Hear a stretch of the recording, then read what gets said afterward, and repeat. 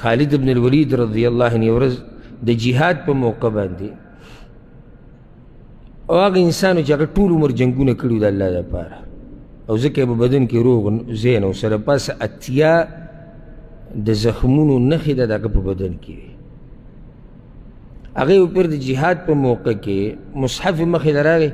قرآن هغه یې راواغېستو په ژړا شو نو هغه په ژړا شو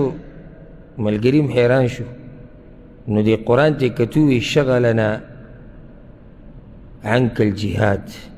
جهاد موږ تا نه مصروفه کړي وو په ژړا شو دا عذر یې څومره ښایسته دی یعنې که دنه څوک تپوس وکړي خالد نه چې تا ولې قرآن تلاوت ډېر نه کوي او په جهادونو کې مصروف و ما ورته هم نه کوو تاسو به کوئ زه خو ځان کمزوری ګڼم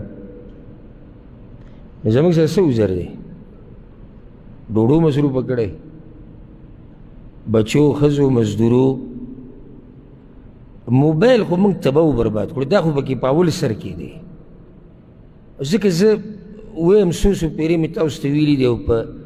خاصو مجالسو کې هم دې ملګرو ته وایم که دا څومره وخت چې تاسو دې موبایل له ورکوئ که د دې لسمه حصه دې قرآن له ورکوئ نو الله به ستاسو په ژوند کې تبدیلي راولي لسمه حصه درته وایم لسمه خفه نه شي داسې نه چې یاره سړي راته ووایي چې یاره ټول وخت قرآن له ورکوي نه لسمه درته وایم